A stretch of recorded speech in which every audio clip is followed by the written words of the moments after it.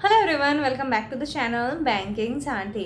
सो guys, आज के इस वीडियो में मैं आपको अपना self given analysis of RBI grade B phase 1 का देने वाली हूँ, जो कि एग्ज़ाम कल था और मैंने इस एग्ज़ाम को अटेम्प्ट किया पहली बार और विदाउट ज़्यादा प्रिपरेशन किए। और मेरा सोच बस ये था कि मुझे एग्ज़ाम का लेवल देखना था, कि एग्ज़ाम का पैटर्न देखना था, रियल फील लेना था एग्ज़ाम का कि एग्ज़ाम कैसे हो रहा है, ताकि नेक्स्ट टाइम मैं इस पर अच्छे से वर्क करके इस एग्ज़ाम को प्रॉपरली अटेम्प्ट करूँ नेक्स्ट ईयर। तो मैं इस वीडियो में आपको अपना एक्सपीरियंस बताऊंगी कि मुझे पेपर का लेवल कैसा लगा और आपको भी आइडिया मिले, एक रफ आइडिया मिले कि एग्ज़ाम कैसा होता है। तो इसमें सबसे पहला सेक्शन था हमारा जीए का, जिसमें 25 मिनट्स हमें दिए गए थे और क्वेश्चंस थे 80।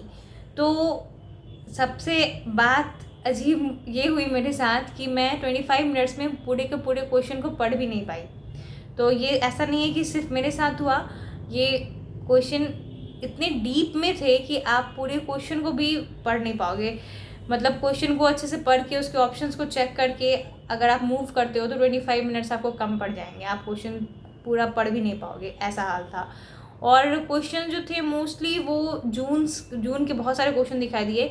इससे मुझे थोड़ा सा ये लगा इस बार का जो पेपर था कि वो मतलब आपकी अगर आप कम मंथ के पढ़ के जाओ तो ठीक है, लेकिन क्वेश्चंस काफ़ी डीप में थे, काफ़ी लेंदी क्वेश्चंस थे और बहुत ही घुमा फिरा के पूछे गए थे। तो जीए सेक्शन वाज टू टफ। बाकी बैंक एग्जाम से अगर कंपेयर करें तो उसके सबका लेवल क्रॉस कर दिया था उसने, मतलब इट वाज टू टफ। और मैंने तो पढ़ा भी नहीं था, तो मुझे तो ऑब्वियस है मुझे नहीं आ रहा था उतना। बट जिन्होंने पढ़ा भी होगा तो क्वेश्चन, जिससे कि मैंने बाकी इतने सारे एग्जाम्स दिए हैं, बैंक के सारे एग्जाम्स दिए हैं, मेंस में अपियर हुई हूँ ऑलमोस्ट सारे बैंक एग्जाम्स के, तो उसके अकॉर्डिंग मुझे ऐसा फील हुआ कि ये बाकी के कंपैरिजन में और ज़्यादा इन डेप्थ में क्वेश्चन पूछे गए थे और आरबीआई के जो सर्कुलर से रिलेटेड सब ज़्यादा क्वेश्चंस, मैक्सिमम क्वेश्चंस पूछे गए थे। तो इसमें टाइम भी बहुत मैटर करता है। जैसे बाकी बैंक एग्जाम में आपके पास टाइम ऑलमोस्ट सफिशियंट रहता है, आप क्वेश्चन प्रॉपरली पढ़ पाते हो, अटेम्प्ट कर पाते हो जीए का एटलीस्ट, टाइम बच भी जाता है। बट इसमें आपको जीए के लिए भी टाइम नहीं बचने वाला है, आपको फटाफट से करना होता है क्योंकि क्वेश्चंस काफ़ी रहते हैं और टाइम कम रहता है। फिर नेक्स्ट सेक्शन था क्वांट्स का। क्वांट्स के लिए भी 25 मिनट्स थे। तो उसमें डीआई वगैरह आई हुई थी, जैसे एसबीआई पीओ मेंस में या आईबीपीएस पीओ मेंस के सर पे, जैसे 2022 का पेपर थोड़ा टफ रहा था, कुछ उस टाइप का था। अर्थमेटिक थे, देन स्टेटमेंट वाले क्वेश्चंस थे, देन क्वाड्रेटिक का थोड़ा घुमा के क्वेश्चन दिया गया था, डीआई थे। तो एक डीआई मेरे से पूरा सॉल्व हुई, तो उसका मैंने सारे क्वेश्चन अटेम्प्ट किए। और फिर दूसरी डीआई का कुछ क्वेश्चन मेरे से हुआ, कुछ नहीं हुआ, तो मेरे अटेम्प्ट हुए 7 क्वांट्स में। ओके। और जीए का मैं 20 अटेम्प्ट करके आई हूँ, उसमें से गलती भी होगी पक्का, मुझे तो पता था एग्ज़ाम नहीं निकल सकता है, बट मुझे जो जो क्वेश्चन थोड़ा बहुत पढ़े हुए लग रहे थे तो मैंने उसके अकॉर्डिंग आंसर किया है, ठीक है। फिर नेक्स्ट था इंग्लिश। इंग्लिश में फिर वही बोलूँगी, इंग्लिश भी अच्छा मतलब पूछा गया था, उसकी जो रीडिंग कॉम्प्रिहेंशन थोड़ी इन डेप्थ में पूछे गए थे, बट डुएबल था, ठीक था।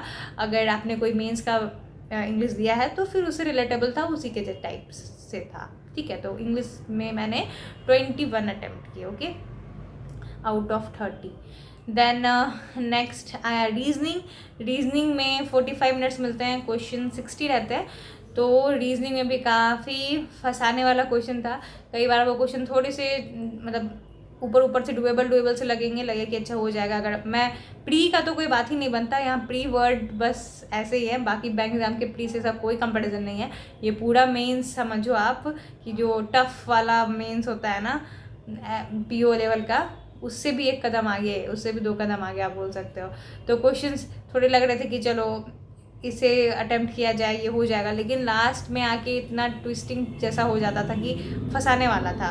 और मेरी प्रैक्टिस थोड़ी छूट गई थी, तो मैं थोड़ा और ज़्यादा फंस रही थी। लेकिन इसमें मैं बोलूँगी जो थोड़ा सेलेक्टिव होके चले होंगे, थोड़ा ज़्यादा सेलेक्टिव होकर क्वेश्चन को चूज़ किया होगा जिन्होंने, तो उनको थोड़ा सा ज़्यादा वो लोग अटेम्प्ट कर पाए होंगे रीजनिंग सेक्शन में भी।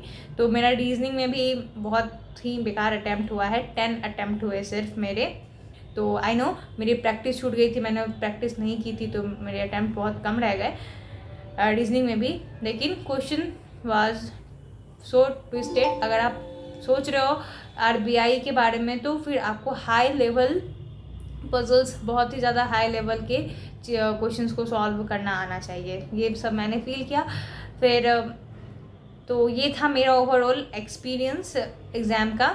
सो इट वाज गुड, अच्छा था कि मैंने एग्ज़ाम दिया, मुझे एक्चुअल एग्ज़ाम फील पता चला कि कैसा है, ताकि नेक्स्ट बार मैं इसके लिए थोड़ी सी मेंटली प्रिपेयर्ड रहूँ और फिर अपनी बेस्ट कोशिश करूँ कि नेक्स्ट टाइम इसे अच्छे से दिया जाए।